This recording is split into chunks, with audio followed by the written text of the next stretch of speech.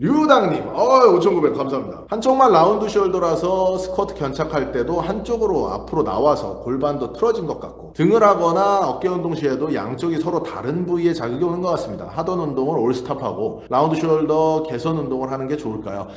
그건 아니에요. 이게 많은 분들이 불균형을 갖고 있습니다. 이런 식으로 한쪽이 말려 있어요. 왜냐하면은 핸드폰을 할 때 이렇게 양손으로 하는 사람도 있지만 한 손으로 하는 사람도 있잖아요. 컴퓨터 할 때도 마우스 이렇게 앞으로, 그러니까 키보드 쪽은 약간 몸에 붙어 있고 손은 앞으로 약간 가 있거든요. 이게 거의 일상생활이 돼 있기 때문에 대부분의 사람이 한쪽 어깨가 말려 있습니다. 양쪽 다 말린 사람도 있고 한쪽만 말린 사람도 있는데, 그러니까 거의 반반이에요. 그러니까 한쪽만 말린 사람들도 엄청 많아. 그렇기 때문에 그것을 제가 항상 강조하죠. 5대5를 완벽하게 맞추는 방법은 원래 존재하지 않습니다. 기본적으로 우리가 이런 거 피는 운동, 소흉근 스트레칭, 대흉근 스트레칭, 견갑 내리는 운동, 상방회전 시키는 운동, AB 슬라이드 같이 뭐 정거근 활성화 시키는 방법, 견갑 모으는 운동, 이런 것들을 통해서 중립적인 힘을 만드는 데 포커스를 맞추는 거고, 그리고 나서 우리가 하는 일반적인 웨이트 트레이닝을 통해서 강화를 시켜 나가셔야 돼요. 근데 이제 내가 하던 운동을 올스탑하고 라운드 숄더 개선 운동만 하잖아요. 제가 장담하는데 개선 운동하면 개선이 되거든요. 일상생활로 딱 들어가면은 다시 원래대로 돌아와. 정말로 90%의 사람이 예를 들어서 카이로플렉틱으로 뼈를 맞췄어. 일주일 일상생활 하잖아요. 그럼 원래 패턴으로 돌아가요. 왜냐하면은 내 일상생활의 패턴은 개선되지 않았기 때문에. 이게 너무 당연하거든요. 그래서 꼭 그거는 일단 같이 해나가라. 운동하고 같이. 내가 평상시에 습관도 개선하고 운동 패턴도 개선하고 트레이닝을 통해서도 개선하고, 이것을 이제 신경 쓰다 보면은 어느 정도는 다 맞게 됩니다. 5.5 대 4.5까지는 다 맞게 돼요. 그라스톤 어디 거 쓰시는지 알려주세요. 스포츠 쓰려다가 처음 써봐서. 그라스톤은 지금 제가 보여드릴게요. 이게 이제 그라스톤 테크닉 정품. 그라스톤 테크닉, 이게 정품이에요. 정확하게 명칭이 그라스톤 테크닉이라고 붙어있는 것만 정품입니다. 그 외에 무슨 뭐 이름이 엄청 많아요. 막 우리나라가 중국한테 욕을 많이 하잖아요. 막 따라한다고, 막 다른 사람 거 카피한다고 이런 얘기 하는데 그럴 말할 자격이 안 돼.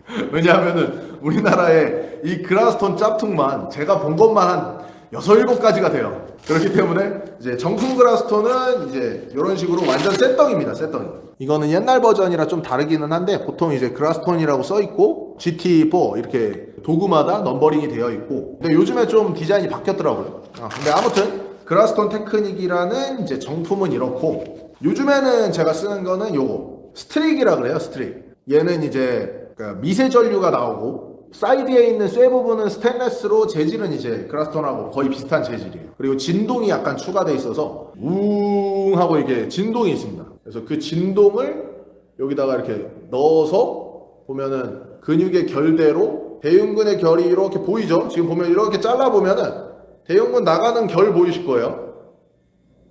요대로 이렇게 밀어주는 거예요. 근육의 결. 근육의 결. 삼각근 마찬가지. 삼각근도 보면은 쇄골의 외측 3분의 1에서 삼각 조면으로 들어가는데, 이 외측 3분의 1에서 삼각 조면 방향으로 이렇게 같이 쭉 밀어주는 거예요. 이런 식으로. 예를 들어서 승모근이다.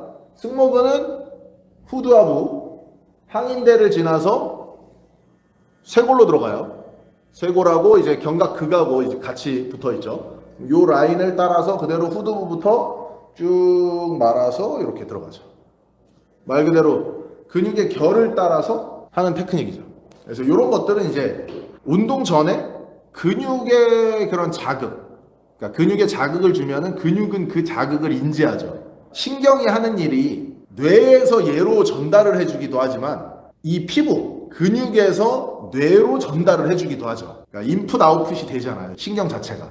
그래서 내가 운동 전에 이렇게 아웃풋을 안쪽으로 넣어주면은 근육의 활성도가 확 올라가져요. 그래서 실제로 운동이 되게 잘 됩니다. 그러니까 제가 개인적으로 느끼기에도 이런 그라스톤 테크닉이나 이런 테크닉을 쓰지 않고 운동을 했을 때랑 이걸 쓰고 운동했을 때랑 운동의 감이 다르기 때문에 저는 이제 요거를 공부를 했던 거죠. 그리고 재활적인 영역에서도 뭐 한의사분들도 많이 활용을 하니까요. 이 코치님, 이준호 선수가 패러럴 그립으로 척추는 최대한 쭉 정렬하고 앞으로 빼는 래플다운이 등 하부의 기둥을 만들기 좋다는데 어떻게 생각하시나요? 이 코치님은 견갑을 모으는 운동이 하부 기둥에 좋다고 하신 것 같아서요. 이준호 선수가 패러럴 그립으로 척추를 최대한 쭉 정렬하고 앞으로 빼는 래플다운. 지금 이게 동작이 이해가 안 되는데. 그러니까 이제 척추의 기둥이라고 하면 되게 쉽게 생각하면 돼요. 이게 이제 말이 어렵죠? 지금 스카이님이 말씀하시는 게 말이 되게 어려운 거예요. 그러니까 여기에 현혹되면 안 돼요.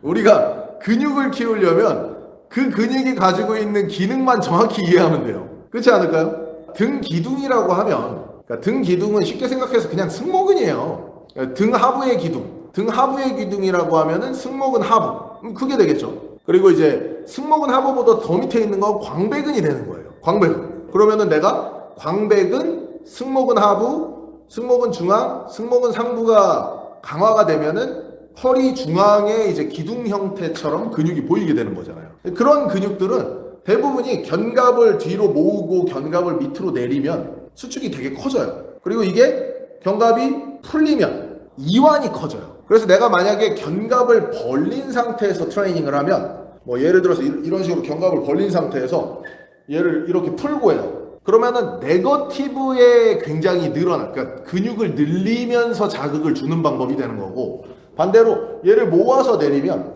근육을 단축선 수축, 그러니까 근육을 짧게 하면서 수축하는 거에 강화를 시키는 거예요. 근데 이제 프로 보디빌더들은 근육을 단축시키는 형태의 트레이닝이 거의 필요가 없어요. 왜냐하면은 그 친구들, 그러니까 프로 영역에 있는 선수들은 이미 근육의 컨트롤이 잘 되기 때문에 완전 수축을 하지 않아도 충분히 근육을 가지고 놀거든요. 그래서 부분 반복으로 일부러 네거티브 형태에 훨씬 더 신경을 쓰면서 트레이닝을 하기도 해요. 그래서 뭐가 좋다 나쁘다의 이런 개념이 아니라 감각을 느끼지 못하면, 그러니까 내가 등 근육의 감을 정확히 잡지 못하는 사람들은 완전 수축을 해서 그 수축되는 감을 잡는 게 좋다라는 게 제가 얘기 드리는 말입니다. 무슨 얘기인지 아시겠죠? 수축을 잘하면은 그 근육의 신호를 내가 느낄 수 있어요.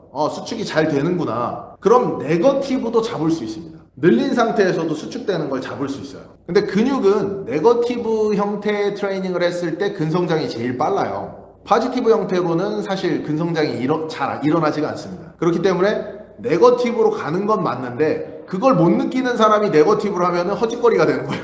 그래서 그거를 꼭 이해하셔야 돼요. 라운드 숄더가 등 좋아지긴 어려운데 팔 좋아지긴 유리하다고 김성환 선수가 얘기하던데, 중투님은 어떻게 생각하시나요? 라운드 숄더가 등이 좋아지긴 어려운데 팔 좋아지긴 유리하다. 구조적으로 따졌을 때는 약간 이제 우리가 어깨가 말려 있으면은 등과 팔과의 거리가 멀어지는 거예요. 등과 팔의 거리가 멀어져. 이게 등이 굽으면서 팔이 앞으로 가잖아요. 그럼 얘와 팔의 거리가 멀어지기 때문에 수축을 잡는 것 자체가 약간 어려워지는 거거든요. 늘어져 버리니까. 근데 이제 라운드 숄더가 돼서 어깨가 앞으로 오면은 이두와 팔과, 그러니까 이 이두근은 하나는 여기 코라코이드 프로세스라는 데 붙어 있고, 이 장두 같은 경우에는 이두근구를 타고 들어가서 수프라 글레노이드 그 튜버클이라 그래서 이걸 뭐라고 표현해야 될까? 견갑의 그 상완 골두가 견갑과 결합되는 이 부분이 있어요. 얘를 이제 글레노이드 포사라 그러는데, 이 글레노이드 포사 위쪽으로 이두가 딱 걸려 있습니다. 이렇게. 그거를 이제 수프라 글레노이드 튜버클이라 그래요. 제가 한자 이름을 잘 몰라.